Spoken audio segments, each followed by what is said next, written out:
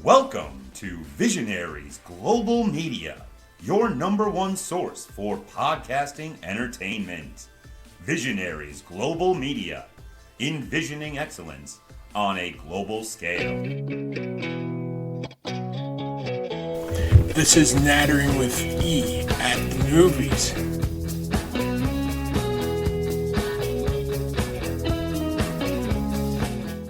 So before we get rolling on this week's episode of Nattering at the Movies featuring Zach from Love Wrestling, I just want to make a note that my Zoom was being kind of funky, so there's a little bit of garbled audio in there a couple of times.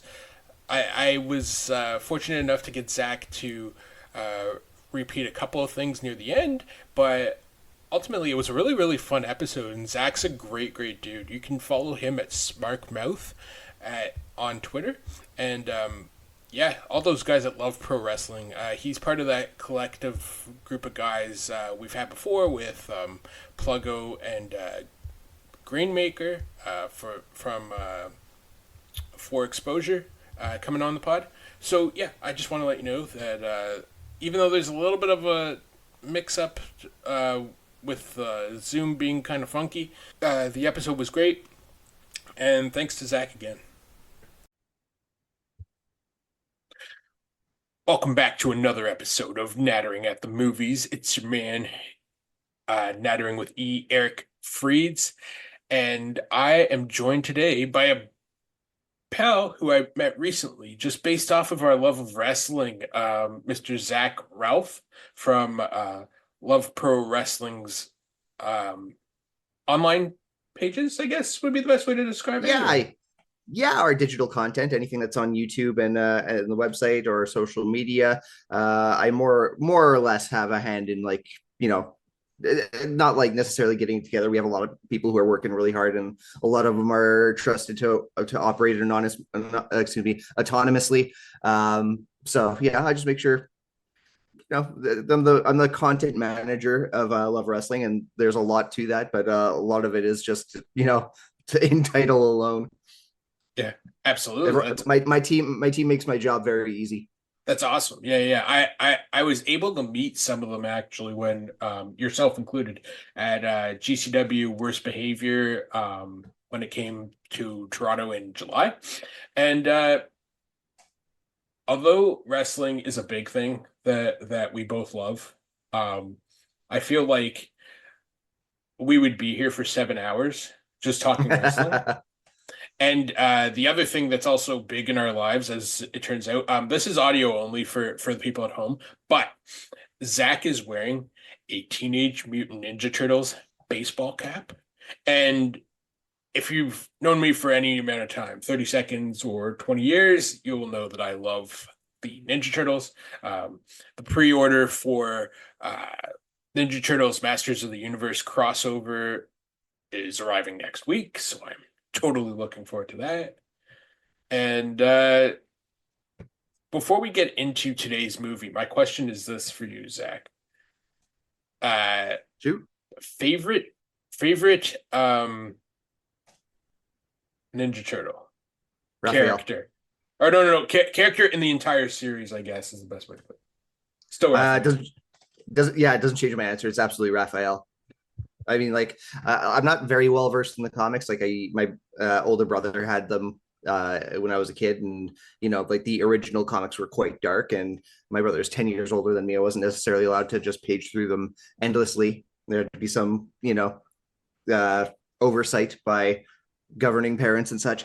And yeah, it was. But I grew up watching the cartoons. I watched the movies as well. Not so much the Michael Bay stuff, but like even recent stuff, like I say recent, but like the 2008, 2009 animated film TMNT, like that was just another great execution of the Raphael character, doing the whole Knight Rider, if I forget his alter ego that he was like fighting crime with under a big turtle suit. It was, great stuff. That's awesome. Did you see the most recent live action, the Mutant Mayhem? Do you mean animated? No, not animated. The live action. Or I think it was like half live action, half So animated. I think Mutant Mayhem was the animated one, the Seth Rogen one. Yeah, the Seth Rogen one. Yeah, yeah. Yeah, yeah, I really enjoyed that one. Like they were very they leaned into the teenage part of the Teenage Mutant Ninja Turtles probably more than other films have in the past, and Yeah, I was all on board with that. But it was wonderful.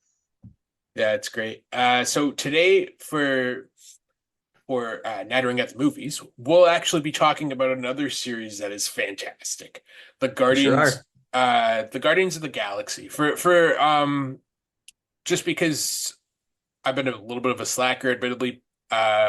We are only going to be covering the first one today, but Zach, if you have fun today, which I hope you do, please feel free to come back on at any time. I'll say it right now. So Appreciate that. Appreciate that.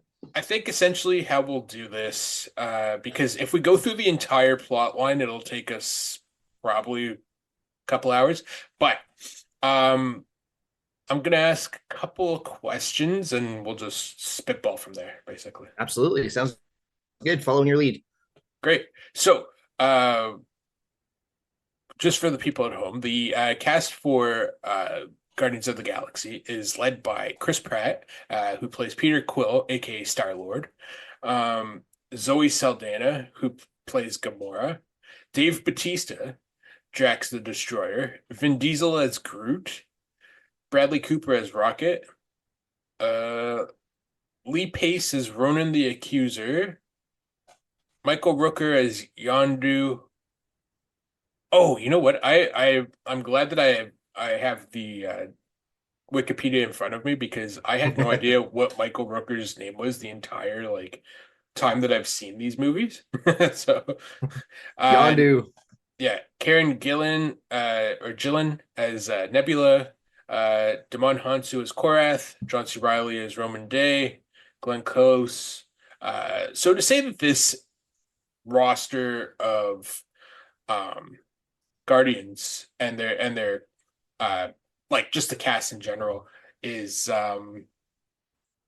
stacked would be putting it mildly, I guess. If you can get Glenn Close into a Marvel Cinematic Universe movie, that's pretty much whoever else's details. You can call that movie stacked. Yeah, absolutely. Absolutely. And like Chris Pratt is just so friggin' funny. Like I loved him in the oh, what the hell is it called? Not Community. Is he in Community or Parks and Rec. Parks and Rec? Parks and Yeah. Rec. And then he was also in Zero Dark 30, as it turns out. And it says that it says here that he actually had given up his ambitions to play a lead role when he didn't get Captain Kirk on Star Trek, which I think went to Chris Pine in 2009, and then also in Avatar. So it's interesting with Avatar that it came full circle because Zoe Saldana was such a big uh, participant in those movies. Interesting that he was gravitating towards sci-fi movies. Yeah, absolutely. And now I bet you he's like probably a comic book nerd or like he loves Marvel as much as the next guy. And um, what I appreciated about these movies, just generally speaking, was that even though it's sort of like a buddy cop Marvel type of movie, it they seem to play a bigger role as the universe grew on from the first movie in 2014 to the Guardians of the Galaxy 3 in 2023. So I appreciate that they went from like a comedy bit to actually being more serious throughout. Yeah, I mean, I do agree with that, but like you can't say that humor doesn't prevail through the rest of the trilogy as well. I mean, don't get me wrong. At the same time, Guardians 3 is probably one of the darker movies in the whole MCU with the with Rocket's tragic backstory and all that. But humor is still very present in those movies. I'll certainly agree that the first one is probably the funniest, and it's a buddy cop is a good way to put it. It's very found family, the kind of or chosen family ragtag group. Yeah, wonderful stuff. And the Guardians have, I think they've been probably the best trilogy in the whole MCU. If like you remove like everything that's tying into everything else. If you watch Mhm. these three movies by themselves, you can pretty much just enjoy a really good trilogy without having to feel like you studied up on a bunch of other uh, um, threads in the MCU by watching 100 different movies and a dozen different TV shows. Yeah, absolutely. Absolutely. This seemed like I appreciated this and I appreciated the third one because I did see the third one as well like months like maybe 6 7 months ago, so that's why it's a little vague to me. But Sure, sure. I appreciated the fact that it was more standalone, whereas like two definitely is in that like universe of Endgame, Infinity War, Civil War, all these. So it was nice to see that like, hey, this is we're all still around. Like we all survived Endgame, and we're going to continue on with like what's happening. Like the Rocket story, sorry, seemed separate from the like Captain America saving the world, basically. Naturally, yeah, yeah, absolutely. They've kept the Guardians in their own sandbox. Like the only thing about the third that you really do have to kind of follow up on other MCU stuff. I'm contradicting myself because about talking how good and concise this trilogy is, but you do have to watch or at least know what happened in Avengers Endgame to understand what happened to Gamora's character. Of course, like this is not the Gamora that's been in the movie for films one and two. This is a Gamora from a different timeline who kind of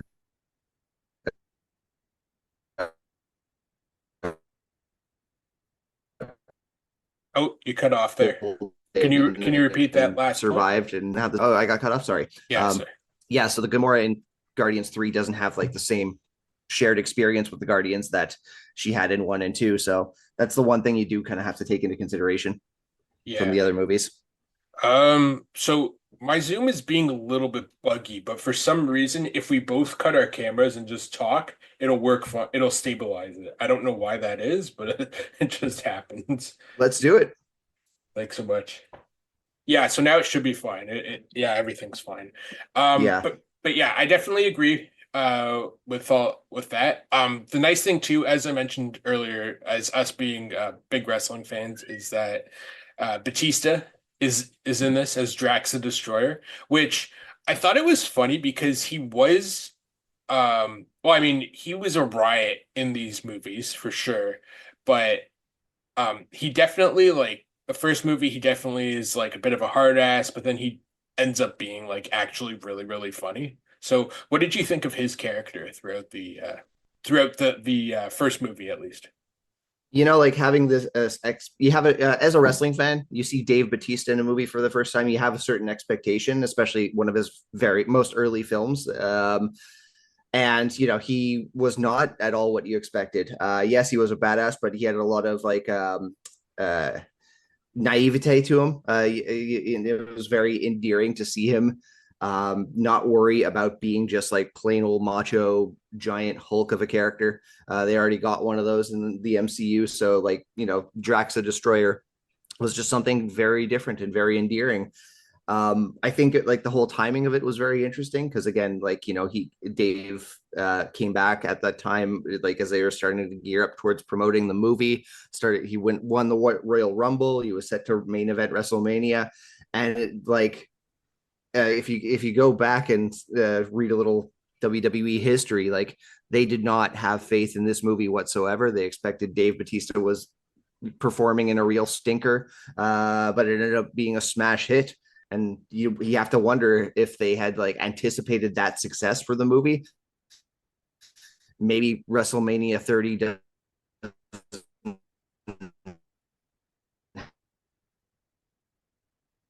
happen with the red carpet premiere of Guardians of the Galaxy. It's a fun little thought experiment.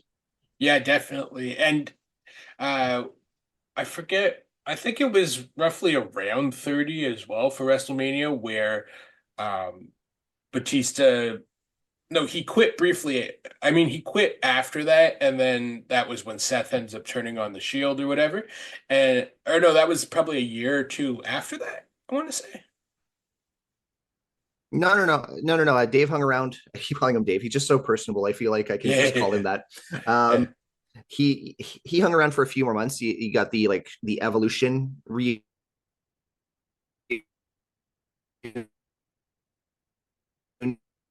pay-per-views, and then the next night on Raw after losing that second match, the night after Blue Tista, he that's when he left, and that's when Seth turned his back on the Shield.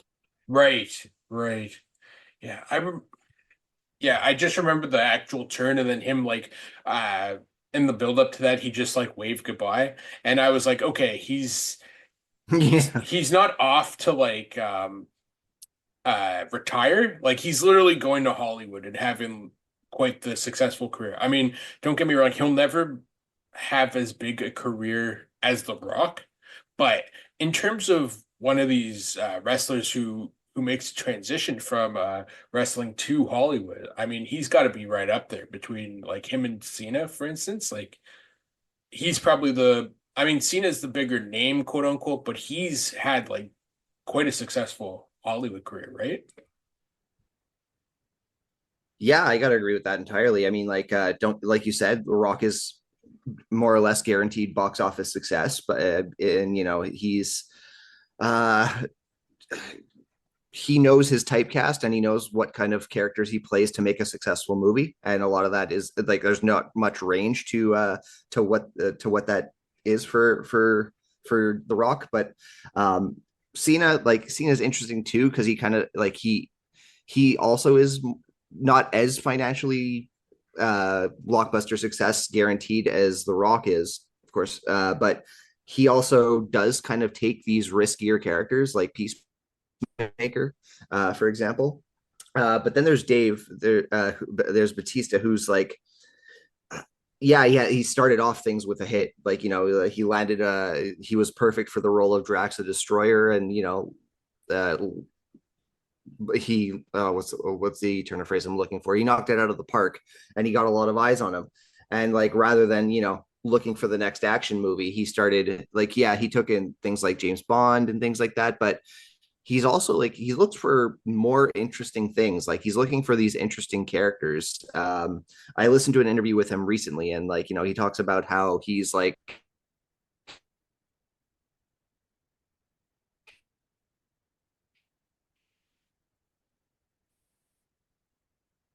Sorry. 55-year-old man in a romantic comedy or things like that. Can you hear me? Yeah, yeah, I can hear you. I can hear you now. Yeah, sorry about that. Sorry, yeah. No, it's okay. I don't mean to ramble too much, but the result of everything for that for Dave Batista is like he's got a much more interesting set of movies to watch. Like I loved Glass Onion. I'll put it like this: Dave Batista is such a good actor. He makes me want to see an M. Night Shyamalan movie. I still haven't seen Knock at the Door or that Cabin movie, but Oh yeah. the fact that he's in it, I want to see it. Yeah, absolutely. Absolutely. So getting to Guardians 1, the general plot line for those listening slash if you haven't seen this movie, firstly, how dare you? Secondly, go watch this movie after this review. Hopefully we sell you on it a lot. Um, the essential the way to sum it up in I guess a couple of tweets is Peter Quill is a child from Earth who it steals a mysterious orb, and as he's being attacked by um, various bounty hunters, he comes across this group of misfits, um, who we listed before: Drax the Destroyer, Gamora, Groot, Rocket. Um, there's a bunch of other side characters who end up joining the band as the series progresses, but essentially they form an unlikely partnership and become essentially the best of friends, I would say. And they go on various adventures with each other. It's basically the start of every like feel goody show, I would say. Would you go that far, Zach? Or Yeah. I mean, I think you put it as eloquently as I could there. yeah, absolutely, absolutely. Yeah, so I guess three questions that I have for you for this movie are your favorite character, your least favorite character, and did you think that everybody who was cast was correctly cast? Oh man, this was like as well cast as a Marvel movie as you can get. Now, like, don't get me wrong, kind of like over the years, the charm of Chris Pratt has kind of faded because he's kind of like doing more or less the same thing, and he's getting roles that you feel like you're putting a square peg into a round hole. It's just not working. But he was fantastic in this. Like, he was very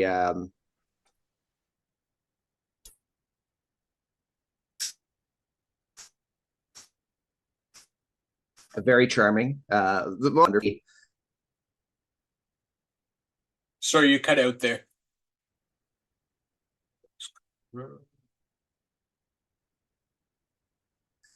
Favorite character. If we're talking about just the first movie, I'm all about Drax. Like, it's a very superficial appreciation, but he's just so charming that, like, it's great, and you're rooting for the guy. Yeah, absolutely. Who would you say was Uh, your least um, favorite? yeah, yeah, gonna go. Uh, um, no one like really had a bad performance per se. I would have loved to have seen more of Glenn Close, but like, and I say this with respect and no shade whatsoever. I know she's not really a Marvel, like she got her Marvel check and went and made some like lower key uh, independent film, not independent films, but like, less box office success, but still fulfills her creative needs and such. Um, so I would have liked to have seen more Glenn Close in that movie, which is probably not what you expect people to say when talking about Marvel. Yeah. But yeah, for lack of someone I thought, for lack of having a name of someone I didn't like in the movie, I'm just gonna say I wish I could have seen Glenn Close more. That's fair. That's definitely fair. That's definitely fair. For me, my favorite character in the movie was Groot. I like the idea of literally having a live tree participate in the action. Um, I oddly enough, my least favorite character, I think I agree with you in terms of you said Peter as well, right? As your least favorite? Yeah, Yeah, no, not my least favorite. It just like he was great. Like, I loved him in the first movie, and just like kind of the years of Pratt, the charm has kind of faded just because of like what else, the other stuff he's been doing has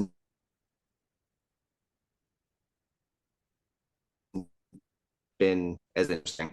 yeah, absolutely, absolutely. So, I feel that way kind of too. I felt like, I mean, he did a good job in terms of building on this childhood trauma of he was abducted by the Ravagers, and then he doesn't know who his father is, and you can tell that he struggles with like the confidence and wanting to fit in, which I think a lot of people can relate to.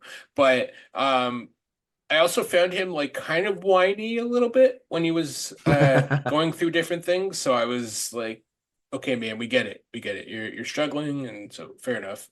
There, in terms of someone who I didn't think was cast properly, um, I actually think that Gamora, Zoe Saldana, should have been in the like villain character. Like she played like she would be a better person than Lee Pace. Lee Pace is a great actor, but I don't know. I think it goes back for me. It goes back to your comment about I've seen him in so many other things that I'm not liking him on this sort of movie. Like he's in a show called Foundation on Apple, where Okay. he plays this guy who it's basically if you picture like Game of Thrones and Lord of the Rings meets like uh the space like a space odyssey like Dune, like he's supposed to be the main guy for that, and he's I don't know. kind of weighing on me for that show. So when I see that he was Ronan, I'm like, I don't know if I like him cast as that, and I feel like because of the story that we know Zoe tells with Gamora throughout the series and throughout the Marvel universe, she kind of would have made more sense, in my opinion, to be take on that bigger role of like working with Thanos as opposed eventually as opposed to despising him and also going through her own demons. But Hmm. what do you think in that regard?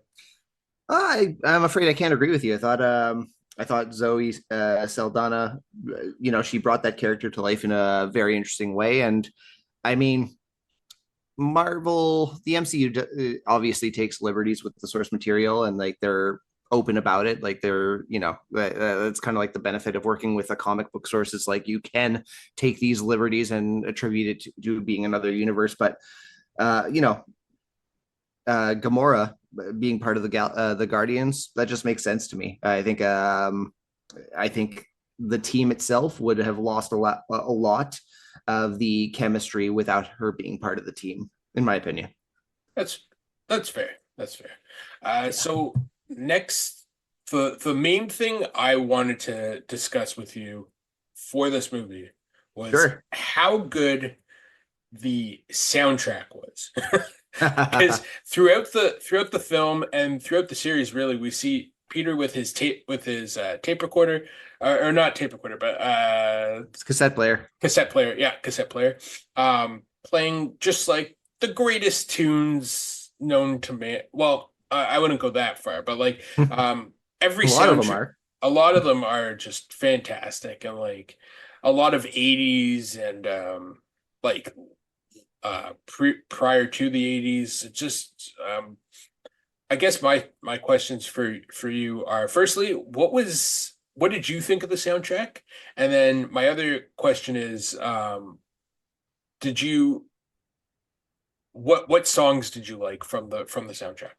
Oh man, James Gunn did something very smart with this movie and made that soundtrack a character in, like you said, not just this movie but the whole trilogy. Like right up to the point where like Peter has to in the third movie where Peter actually like runs back into the ship that's exploding to grab his music, and like you're rooting for him to do that even though it's just a stupid thing to do.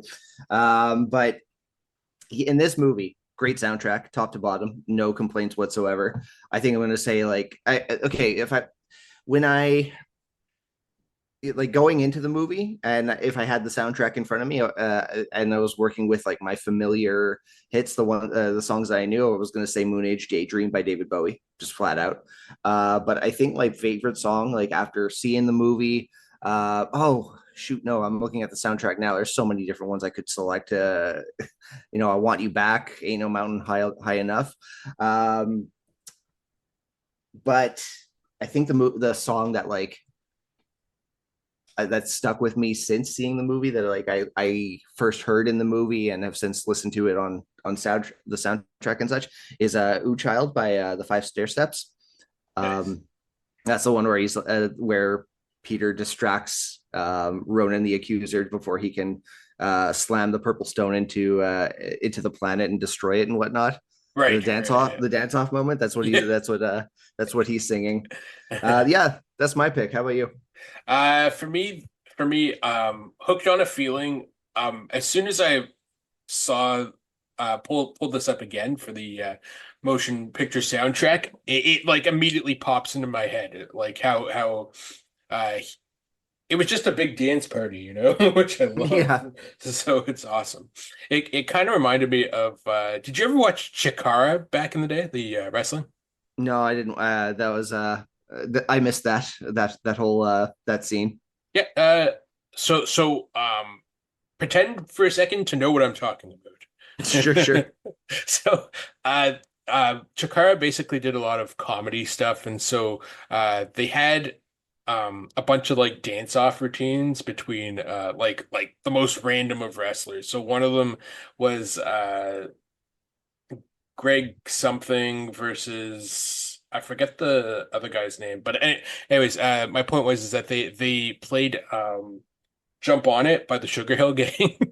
And Okay. so when I think of like the dance off and all the ridiculousness of this movie, I think of Chikara because I guess my follow-up question was going to be like if you could picture the Guardians of the Galaxy in wrestling, what promotion would they be in? And for me, it's Chikara for sure. Just the utter ridiculousness of what they're doing and just the pure comedy. Like you can tell that they're just trying to make everybody break character Sure. in that movie. So Um, that's a tough question. Well, you know what? I'm gonna just go with my gut instinct here and say Lucha Underground. I would love to see the Guardians of the Galaxy in Lucha Underground. oh, that would be awesome too. Lucha Underground is so good. Oh my God. Oh, the first season of television, their first season is like one of the best seasons of television I've seen. Not just seasons of wrestling, like seasons of televised programming. It was just magic, magic first season. Is so captivating. It's um I know our buddy Mike from Indeed was doing watch-alongs for it on Twitch. Sure. This other guy, I don't know if you know him, but you should. But I don't mean to put anything on you. But if there's one thing I can, it's you need to get in touch with my pal, High Five Tom. He does basically all the other podcasts on the Visionaries Global Media Network, which is sponsoring us today. Cool. See how I threw that in Well done. Very good there. segue. And Tom is doing a podcast called Going Underground, and it's he and a buddy of his are watching everything from the beginning of Lucha Underground, and they're like recapping episodes weekly. So Nice. I highly recommend if you ever want to get in touch with him or even just listening to that pod, like it's amazing. Tom does the Lord's work with podcasting, so Great shout. Thank you for the referral. yeah, absolutely. But yeah, back to the back to the movie, Guardians of the Galaxy. I'm already saying it now. I need you to come on a future episode where we can just rank like the best soundtracks of the Marvel universe. Well, I mean, it's going to go to one of these three movies. Yeah, exactly. I Exactly. Yeah, mean, yeah. there's some like even the score for this one, like the official Guardians, like the sound, like their theme song, just a great little melody. I think it's better than the Avengers theme song. Yeah, definitely. Definitely. Um, Wichita Lineman. I'm just looking at these songs even that they're saying that did not make the movie, according to Wikipedia. So like Never Been to Spain by Three Dog Night, Magic by Pilot, Living Thing by Electric Light Orchestra. Um, I've never heard that one, the Wichita Lineman. I'll check that out. I'm looking at the same Wikipedia article as you. Yeah, I'm not really familiar with any of these songs. Oh, well, no, that's not true. Live and Light by yeah, ELO, and Surrender by Cheap Trick. I knew Yeah, that those ones. yeah. Those ones are great. Okay, so before we wrap up here, uh, two questions. One, what would you rate Guardians 1 and the sound, including the soundtrack, like all in one, on a scale of 5? And Five. yeah, Okay, and and the other question is just putting over your stuff afterwards. So um, yeah, I mean, the Marvel movies are, you know what you're getting into. Like, it's not like the highest art or anything, but like, this is a fun movie. The whole Guardians trilogy is, even if the third one's a little bit darker, you're still invested in these characters and should continue watching the whole trilogy. But Guardians 1 all by itself, I remember leaving the theater with a grin on my face. Really enjoyed it. I'll give like comparing it to other Marvel movies, I'm giving it a good 4.5. nice. Yeah. That is definitely high praise Yeah. for the movie. For me, I'll go the same 4.5.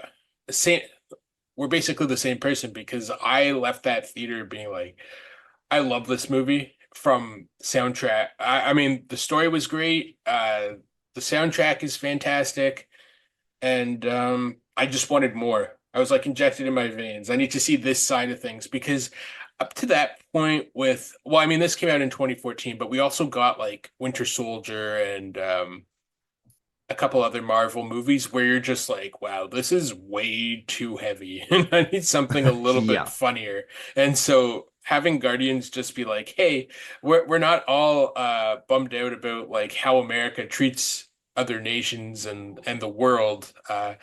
We're in the outer space and we're Yeah. but like that I appreciated because like at the end of the day, cinema is supposed to be fun. So having all these like deep-rooted messages, you're just like, uh, I need something to laugh at now. So, Fair, fair. yeah, fair enough. Anyways, before we get out of here, Zach, thank you so much for coming on, Hey, my my pleasure. friend. Thank you for inviting me. Yeah, absolutely. So where can the fine people of the internet find you? Well, you can follow me on Twitter at SmarkMouth, on Threads and Instagram at Smark.mouth. Be sure to follow at Love Wrestling CA on any social media platform that you happen to be on. If you can put Love Wrestling CA in the search bar, you will find us there. You can also catch me the uh, Tuesday morning for NXT. I will be hosting my monthly charity quiz show on Love Wrestling called Quizplex. Our current champion, Donovan Dijak, is returning. He has selected the Alzheimer's Association for this month's charity. So we're going to be playing in support of that excellent cause and challenging him for the Quizplex crown. We've got Vinny Pacifico joining us. So get your energy drinks up for him. And also representing Canada, hoping to bring the Quizplex crown back to the Great White North. We've got Katrina Creed, the Queen Cobra, joining us this Tuesday on Quizplex. So tune in on YouTube Love Wrestling for Quizplex this Tuesday. That's awesome. You cut off during the NXT part of your shout out, so can you repeat that part, please? Sure. It takes place immediately after NXT. Is that good, or was there more to go on? Oh, did you have what were you doing for NXT? Like that whole part cut off. Oh no, sorry. That was about Quizplex taking place immediately after NXT. Oh, okay, gotcha. Gotcha, Yeah. gotcha. Okay, cool. Perfect. Yeah, sorry about all the stuff. Dude, yeah. I know it very well. It happens. Yeah. As for me, you can find me uh basically anywhere on the internet as Eric Freeds. I want to point out, this isn't to go on a tangent or anything, but I want to point out that the name is Freeds. It's the word free with DS at the back end of it. The reason I mention that is I was on I'm not saying names partially because I don't remember the person's name, but I was on Twitch and the person was like, "Hey Freds, how's it going, Freds?" And I'm like, "Freds, who the heck is Freds?" And so it's Freeds, Eric Freeds. This will go up on Sunday, and we might even leave the glitches in because it just added to the show. So Why not? yeah, absolutely. Anyway, Zach, thank you again for coming on. And you can catch every Nattering with E show on the Nattering with E network, along with Visionaries Global Media. Shout out to Chad, Diesel, Tom, all the guys from Good Cop, Bad Cop, all the guys from